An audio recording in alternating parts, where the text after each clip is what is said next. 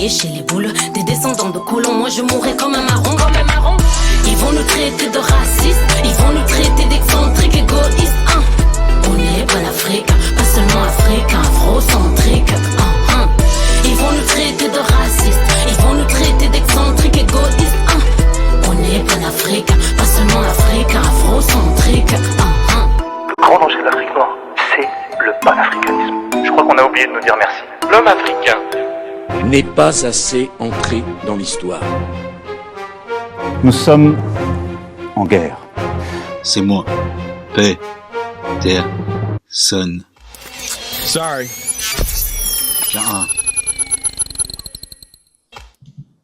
Alors, j'ai dit tout à l'heure que dans ces années 60, il y a une convergence des luttes, d'accord?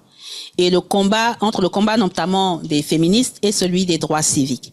Alors, il faut savoir qu'au début du XXe siècle, beaucoup de femmes qui étaient leaders du combat féministe étaient francs-maçonnes, comme Annie Besant.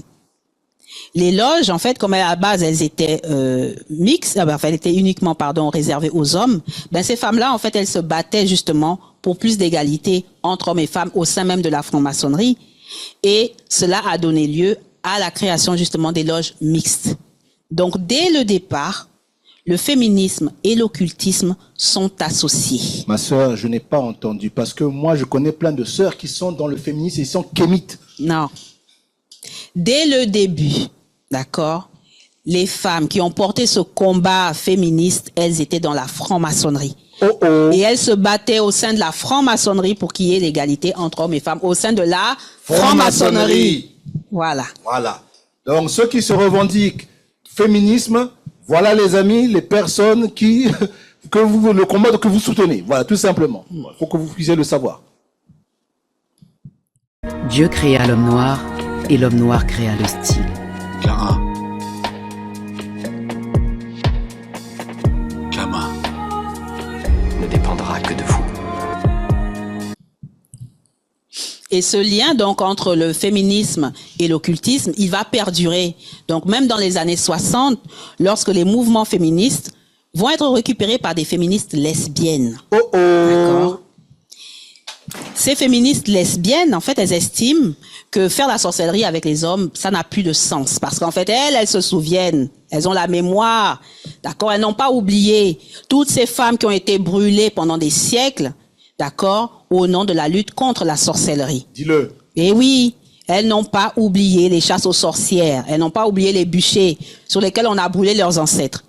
Donc, ces féministes homosexuelles, elles vont décider de créer leur propre branche occulte féministe appelée le dianisme.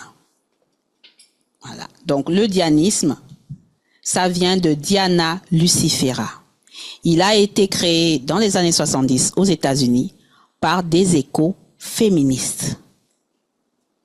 Alors, je viens de dire Diana Lucifera parce que Diana déjà vient du latin lumineuse et Lucifera, toujours du latin portée.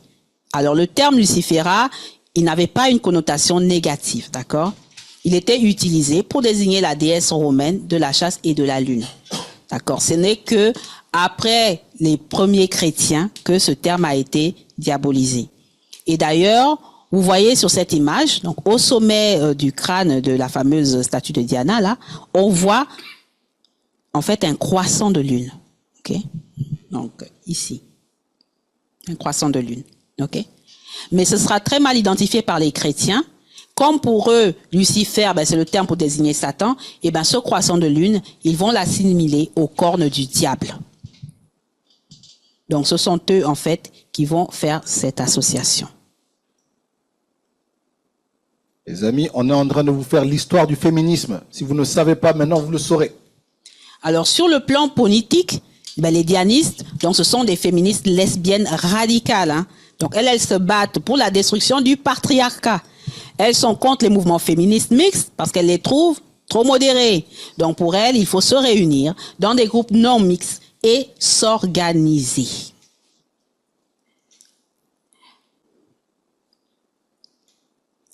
Et elles ne se battent plus en fait pour l'égalité entre les hommes et les femmes, d'accord? Parce que elles ont déjà le droit de vote. Elles ont déjà le droit de travailler comme les hommes. Donc, tout ce qu'elles demandent, c'est le droit pour les femmes et surtout pour les femmes nées biologiquement femmes, éduquées comme des femmes, qui se sentent femmes. D'accord? Donc, elles sont contre tout ce qui est transgenre. D'accord? Elles ne sont pas là-dedans. Elles n'aiment pas les camionneuses. Elles ne veulent pas. Et surtout, elles veulent des droits spécifiques aux lesbiennes.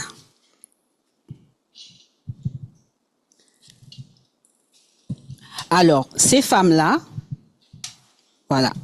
Donc, ces femmes-là, en fait, ce qu'elles vont faire du point de vue politique, c'est elles iront même jusqu'à interdire les relations sexuelles avec les hommes. D'accord? Pour elles, les femmes se suffisent entre elles. On doit rester entre femmes et mener le combat jusqu'à ce que le patriarcat soit mort. Donc, les femmes ici doivent coucher avec des femmes, mais on est d'accord, hein, que leur société, leur propre société de l'Ecoderm, là, elle est construite sur des normes patriarcales. Donc, en fait, elles ont créé un mouvement qui ne s'arrêtera jamais. Et voilà donc les femmes qui vont désormais mener le mouvement féministe. Voici l'idéologie qui va inspirer l'afroféminisme. Oh oh! Oh oh! Laisse-moi te mettre un pull-up, ma soeur. Laisse-moi mettre un pull-up.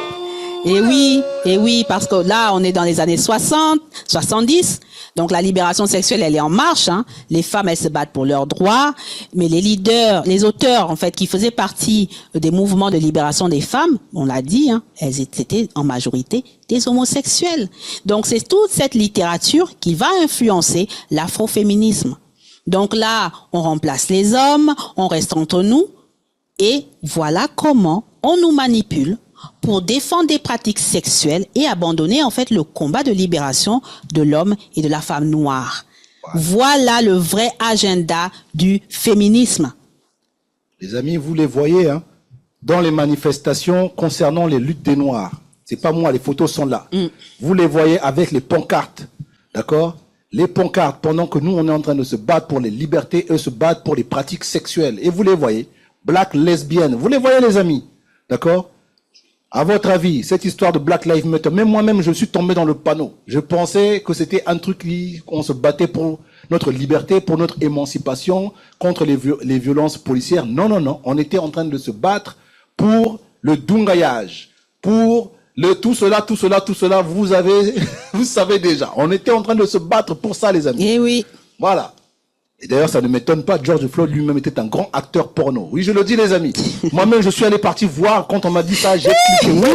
Oui. Moi, je suis Saint Thomas. Quand on m'a dit qu'il était dans le porno, j'ai regardé et j'ai vu, oui, effectivement, le frère, il était dedans. Bon, passons. Alors, du point de vue spirituel, les dianistes, elles croient aux déesses mères, d'accord? Et surtout, elles croient au féminin sacré.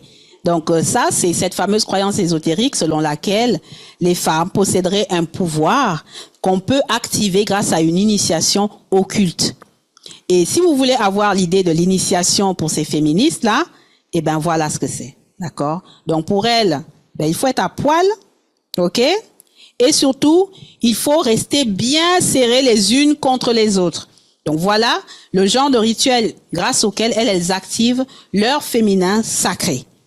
Bon, on va faire une petite parenthèse d'ailleurs sur ce fameux féminin sacré. Moi, j'ai entendu ça. Attends, on va en parler. J'ai entendu ça dans la bouche de Kémy. Mais oui, on va en parler. On va en parler parce que voilà, c'est trop. Alors, la famille. Ce que ces dianistes appellent le féminin sacré, en fait, c'est un concept popularisé par la littérature du New Age dans les années 70. D'accord? Et ça dérive en fait des attributs de la déesse hindoue Shakti. Comment? La déesse hindoue Shakti. Encore des pak-pak. Eh oui. Et cette Shakti, elle incarne l'énergie féminine divine qui est présente en toutes choses. D'accord? Mais ça, c'est pour les pak-pak. Et la famille, j'ai bien dit donc Shakti. On parle pas ici de Isis. Dis-le. On parle pas de Mahat. Dis-le. On parle pas de Sekhmet. Dis-le. Ok? Et ces féministes-là, chez elles, il y a cette idée de supériorité de l'homme sur la femme. Donc, on comprend... De la femme sur l'homme. De la femme sur l'homme, oui. Donc, on comprend pourquoi elles ont choisi Shakti, regardez. Vous voyez bien? D'accord? Parce que elle, en fait, elle met à mort les hommes. Alors, l'homme blanc, il est immobilisé, dominé. Bon, on imagine que pour lui, ça va mal se terminer, ok? Mais là, elle s'amuse encore un peu. Par contre, l'homme noir, alors lui, celui qui a la peau foncée là. Faut couper la tête. Pour lui, c'est mesures spéciales radicales, on coupe la tête. Bon, on imagine ce qu'elle a dû faire même de son corps, la famille. Voilà. Donc, voilà la vision, en fait, qu'elles ont des rapports entre hommes et femmes, ok? Et ça n'a rien à voir avec notre conception, qui est basée sur la complémentarité entre femmes et hommes. Donc, quand nous, en tant que Kamite, on met en avant le féminin sacré, eh ben, c'est ce concept de sorcière lesbienne qu'on vulgarise, en fait. Dis-le. Et oui, on vulgarise ce concept qui veut que nous, on coupe la tête des hommes, en fait. D'accord? Et qu'on reste ensuite entre copines pour bien se serrer entre nous. Ok? Donc maintenant que vous savez ça, cette affaire aussi de féminin sacré, la famille, Vous arrêtez. on arrête. Et en plus, il faut pas oublier, dans l'idéologie de ces féministes-là, on est toujours dans ce que fais ce que voudra. C'est toujours cette même idée venue de l'auto et de Crowley. Donc pour elle, en fait, c'est sexe lesbien, drogue, sorcellerie, magie à volonté. D'accord. Il ne faut pas dissocier ça. Ça va ensemble, toujours. Et il est intéressant aussi de noter que ce dianisme, en fait, qui revendique donc des droits spécifiques aux femmes et la fin du patriarcat, il n'aurait jamais existé sans la Wicca moderne. Oh oh. Or, la Wicca moderne, on la doit à cet homme. Boum. Gerald Gardner, ésotériste britannique. Ok. Donc là, on nage en pleine contradiction, la famille. Voilà un mouvement donc créé pour combattre la domination des hommes, mais qui doit ses origines à un homme. Ok. Donc vraiment, dès le départ, en fait, c'est bancal. Mais bon, elles y croient quand même. Sorry. Si on n'a rien à cacher, il ne faut pas avoir peur. Les faire lécher les boules des descendants de colons. Moi je mourrai comme un marron, comme un marron. Ils vont nous traiter de racistes, ils vont nous traiter d'excentriques, égoïstes. On n'est pas l'Afrique, pas seulement africain, afrocentrique. Ils vont nous traiter